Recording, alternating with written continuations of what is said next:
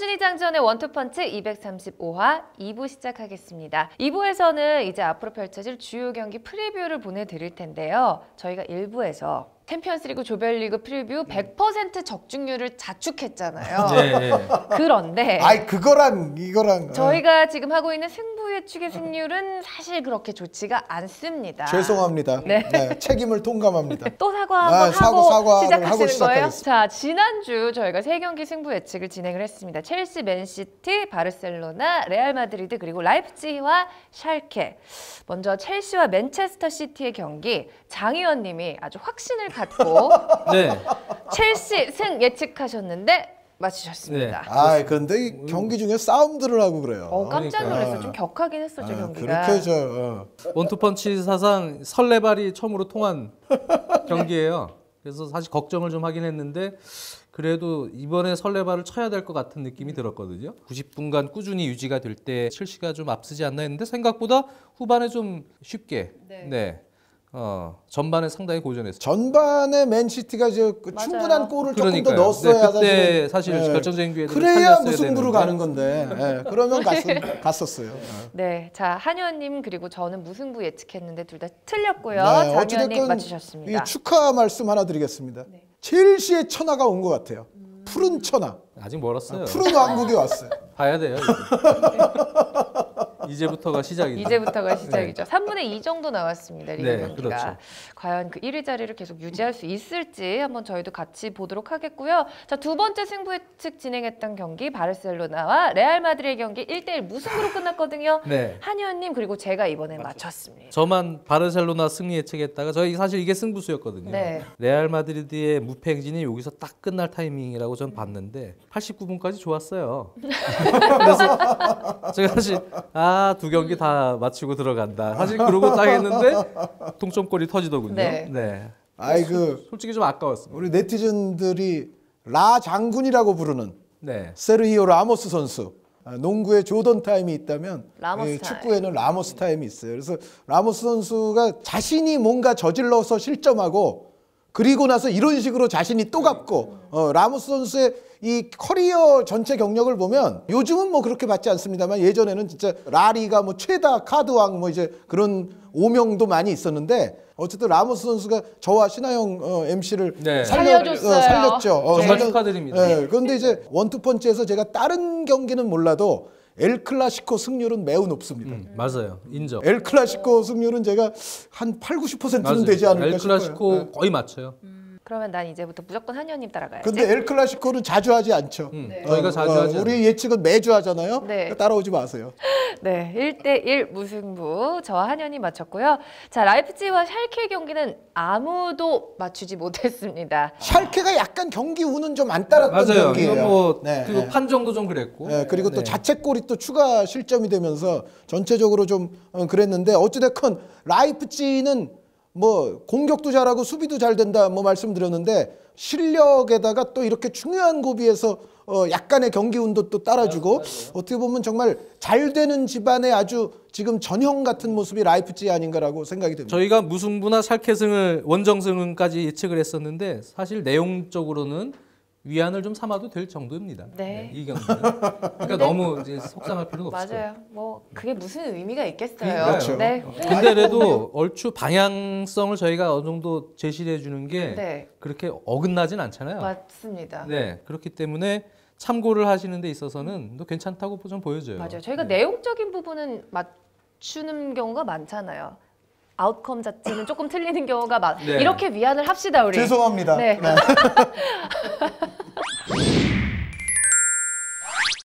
저희가 또 프리뷰 3경기를 준비를 했습니다. 준비한 경기 첼시, 웨스트브로미치, 비아레알과 아틀레티코 마드리드 그리고 맨유, 토트넘 3경기 준비했거든요. 첼시가 제일 어려워하는 중하위권 팀 중에 하나가 웨스트브로미치.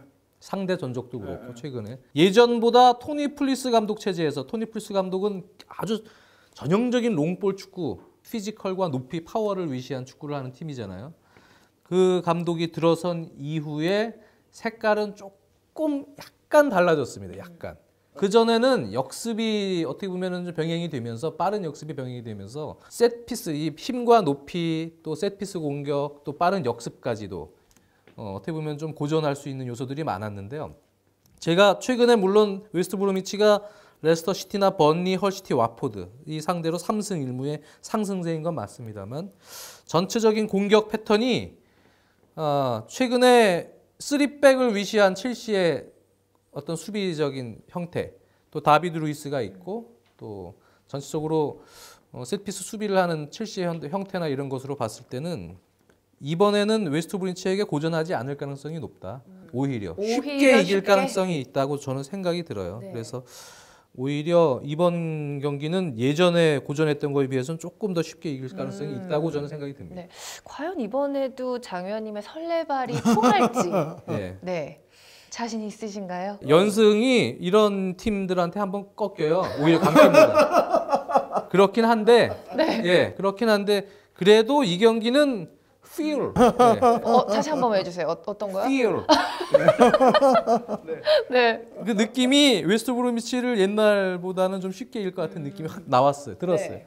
왜 이거 했지? 이번에 쉽게 이길 것 같은데. 네, 그냥 9연승 갈 것 같아요. 알겠습니다. 말씀하신 게 정확해요. 그러니까 공격 패턴에 단조로움이 있고 그다지 그렇게 창의적이지 않습니다. 그래서 반면에 웨스트 브롬이 첼시를 상대로 조금 지키거나 내려선다 하더라도 첼시는 사실상 그것을 또 뚫어낼 만큼의 다양한 무기가 현재로는 있는 것처럼 보입니다. 그래서 웨스트 브롬이 좀 더 공격적으로 하건 아니면 좀 더 내려앉건 그 상황에 따라서 지금 콘테 감독의 첼시는 그때그때 잘 그것에 대응하고 반응할 수가 있을 것처럼 여겨져서 상식이 있는 사람이라면 저도 첼시 승인데 다만 이 말씀은 하나 추가하고 싶어요. 첼시가 이제 상당히 지금 어려운 고비들을 많이 잘 넘어왔거든요. 그래서 계속 연승 가도를 달리고 있는데 이 대목에서 이제 웨스트 브롬 정도 팀이 딱 왔어요. 그래서 뭔가 약간 경시하거나 좀 가벼이 생각하고 들어가면은 여태까지 좀 잘 찾아볼 수 없었던 실수 같은 게 좀 나올 수도 있어요. 그래서 오히려. 네, 경시하거나 약간 가벼운 마음은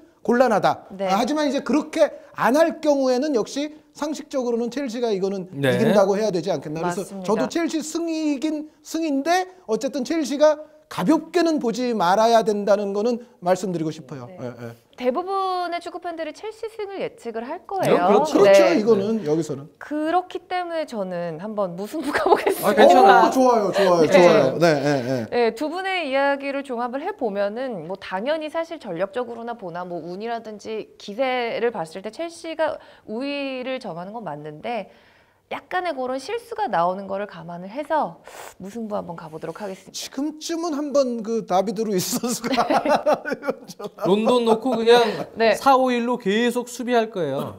측면으로 몰고 공을. 네. 그러면은 이제 첼시가 측면 쪽에서 크로스 공격에 좀 약간 단조로운 패턴이 이어질 때 그럴 때 이제 한 골 정도 실점으로 버티면요. 마지막에 요즘에 조니 에반스, 맥컬리, 또 론던 이런 선수들 세트피스 한 방이 되게 무섭긴 해요. 네. 그러니까 무승부 확률이 상당히 있긴 있어요. 근데 무승부 확률이 제가 볼 때 한 10% 정도 있어요. 10%. 뭐 10%에 걸어보죠 저는. 네.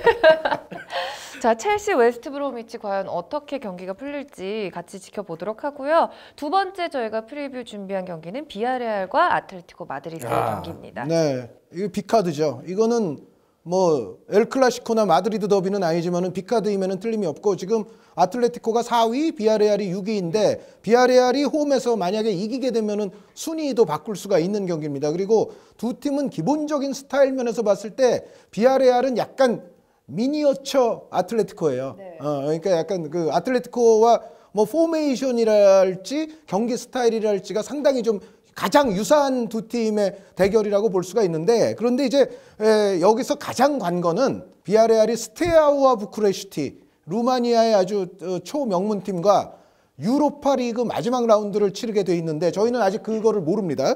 유로파리그 마지막 라운드가 이 조가 지금 네 팀이 4파전인 상황에서 마지막 날에 돌입을 하기 때문에 비아레알 입장에서는 이 경기를 홈에서 하지만은 굉장히 잘해야 되는 입장입니다. 그래서 비아레알이 유로파리그 경기에 좀 힘을 많이 쏟고서 경기를 하게 되는 거예요. 그러니까 반면에 이제 아틀레티코는 물론 바이에른 원정을 가기는 했었습니다만 그 경기는 사실상 아틀레티코 입장에서는 그렇게 크게 뭐 힘쓸 만한 또 경기는 아니었기 때문에 전체적으로는 휴식일의 어떤 길이라든가 이런 부분들이 아틀레티코에게 좀 유리하게 형성이 되어 있고, 또 한 가지는 비아레알이 최근에 사무 카스티에오 선수라든가 데니스 체리셰프 선수가 지금 부상 상태예요. 그래서 사무 카스티에오나 데니스 체리셰프가 아틀레티코 전까지 만약에 준비가 제대로 안 된다면 찬스를 만들어내는 패턴 자체는 그 웨스트브롬 좀 단순하다 말씀을 해주신 것처럼 비아레알도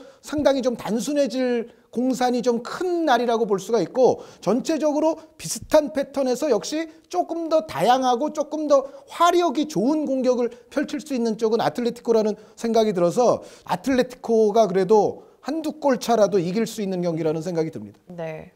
자, 장 의원님. 저는 무승부 봅니다. 무승부요? 네. 두 팀 다 약간 지쳐 있을 것이다. 네. 그리고 공격 파괴력이 물론 아틀레티코 마드리드가 조금 우세할 수 있습니다.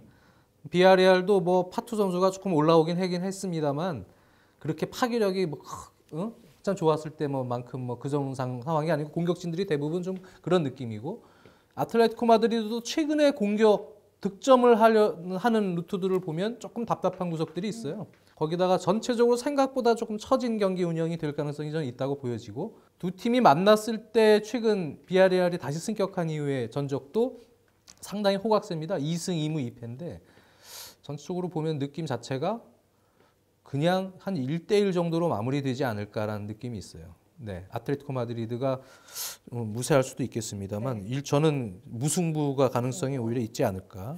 그러니까 점유율이나 뭐 공격 기회를 만들어내는 빈도는 당연히 아틀레티코가 우세할 건데, 거기서 이제 아틀레티코가 충분히 과연 결정력을 발휘할 수 있느냐, 이제 그게 관건입니다만, 저도 만약에 이 경기가 유로파 리그 없는 상태에서 그냥 네. 붙는다면은 무승부할 가능성이 높아요, 이 경기에서. 그런데 유로파 리그 스테아우와 저는 비아레알 입장에서 그 쉽지 않을 겁니다. 그래서 최근에 또 브루노 소리아노 선수가 약간 컨디션이 안 좋았다가 스테아우와 전에서는 아마 나오겠지만은 거기서 또 힘을 쏟고 나면은 이 브루노 선수가 만약에 힘이 떨어진다 그러면은 사실 비아레알은 큰 문제거든요. 그래서 전체적으로는 유로파 리그 그 요소 때문에라도 저는 아틀레티코 승리 쪽으로 저는 가겠습니다. 네. 자, 이렇게 되면 저는 컨셉상 가지 않은 길을 가야 하기 때문에 비아레알 승으로 가야죠. 비아레알 승을 가야 되는데 이건 도저히 못 가겠어요, 솔직히. 본인이 잘 판단을 해서. 저도 아틀레티코 마드리드가 승리를 할 것 같습니다. 네. 아, 컨셉상 가야 되긴 한데 내면의 갈등이. 아니 그 다 반대로 이제 해가지고 정말 진정한 대박 승리를 할 수 있는 날이 올 수 있어요. 그러니까 그걸 노리는 거거든요, 제가. 아무도 예측하지 못했을 때 혼자 맞히면 그 그렇죠. 빛나거든요. 근데 오늘은 아닌 것 같아요. 이건 아닌 것 같아요. 네, 이거는 아틀레티코 마드리드로 저도 가도록 하겠습니다. 자, 마지막 경기는 이 경기 재밌을 것 같습니다. 맨유와 토트넘의 경기. 네. 자, 일요일에 또 굉장히 좋은 시간대에 중계가 되는 걸로 알고 있는데 저는 맨유의 승을 봅니다. 예, 맨체스터 유나이티드 승. 그러니까 그거는 조금씩은 그래도 동기부여가 선수들끼리도 형성이 되고 있고, 아직 정도는 안 돼 있습니다만 집중해야 될 경기에서는 조금 스타일 자체가 바뀌면서 좋은 경기가 나올 가능성이 있다. 근데 저는 이 타이밍에 지금 맨체스터 유나이티드가 맨체스터 시티전 졌죠, 올 시즌에. 네. 리버풀전 무승부, 첼시전 졌습니다. 아스날전 무승부. 사실 강팀과의 경기를 잘했던 조세 무리뉴 감독이 지금 4경기를 다 지거나 무승부. 무시거나 무승부. 이런 식으로 되면 그래서 좋은 순위가 나올 수가 없죠. 맞습니다. 그래서 아마 준비를 그 어느 때보다도 토트넘전에 대해서는 상당히 준비를 좀 많이 할 것으로 전 생각이 들고, 무엇보다도 선수들이 이 경기는 상당히 정신적으로 무장이 돼 있을 가능성이 높다고 보여져요. 토트넘에 비해서 상대적으로 지금 홈 경기고요. 그래서 저는 지금 전체적인 어떤 경기 운영 방식이나 이런 부분은 토트넘이 조금 더 앞서 있는 형태로 진행될 수도 있겠습니다만, 종국에는 선수들의 힘, 네. 짜내기. 짜내기로 맨유가 이 타이밍에는 승리할 가능성이 있다는 것이 제 생각입니다. 알겠습니다. 지금 두 팀 순위 보면은 사실 5위, 6위잖아요. 근데 승점 차이가 6점이더라고요.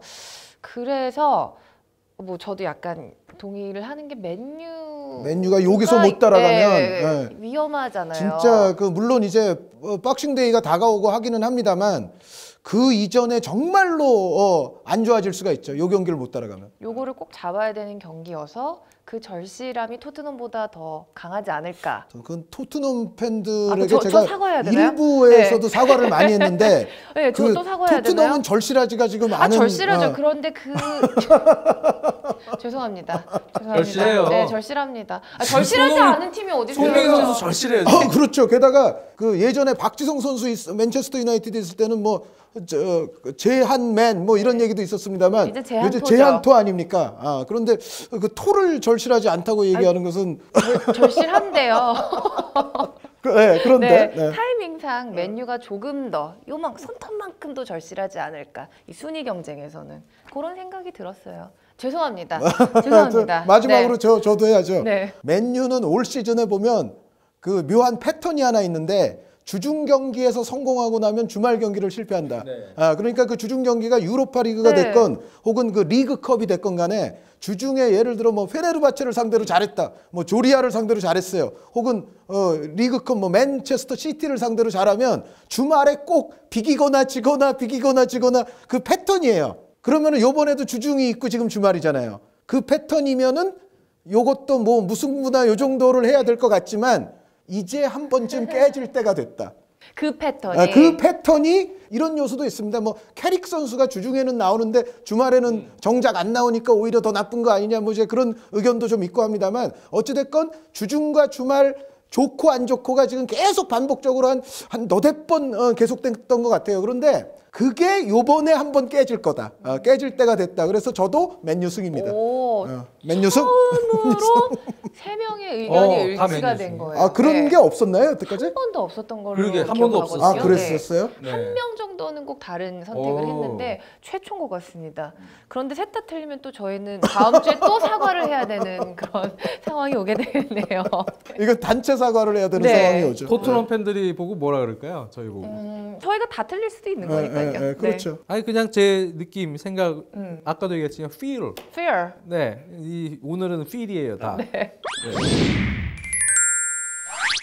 자, 그럼 승부 예측 부분 한번 좀 정리를 해드리도록 하겠습니다. 첫 번째 저희가 프리뷰해드렸던 경기 첼시 웨스트 브로미치 장현님의 선택은요? 저는 승. 첼시 승. 예. 네, 네. 그리고 저도 홈팀 첼시의 승. 네, 그렇다면 저는 저는 무승부 보겠습니다. 네. 네. 네, 가능성이 한 10% 있다고 얘기하셨으니까. 10% 더 돼요? 10% 더 될 겁니다. 네. 제가 그냥 우스갯소리로 얘기했지만. 네, 자 저는 무승부 보도록 하고요. 네. 두 번째 경기 비아레알과 아틀레티코 마드리드. 한효님의 선택은 원정 아틀레티코 승. 장현님의 선택은 저는 무승부요. 무승부. 저도 마음은 삐딱하게 비아레알을 가고 싶지만 네, 아틀레티코 마드리드 승 보도록 하겠습니다. 자, 마지막 경기 맨유와 토트넘의 경기. 세 명의 의견이 처음으로 일치를 했습니다. 각기 다른 이유로 맨체스터 유나이티드의 승.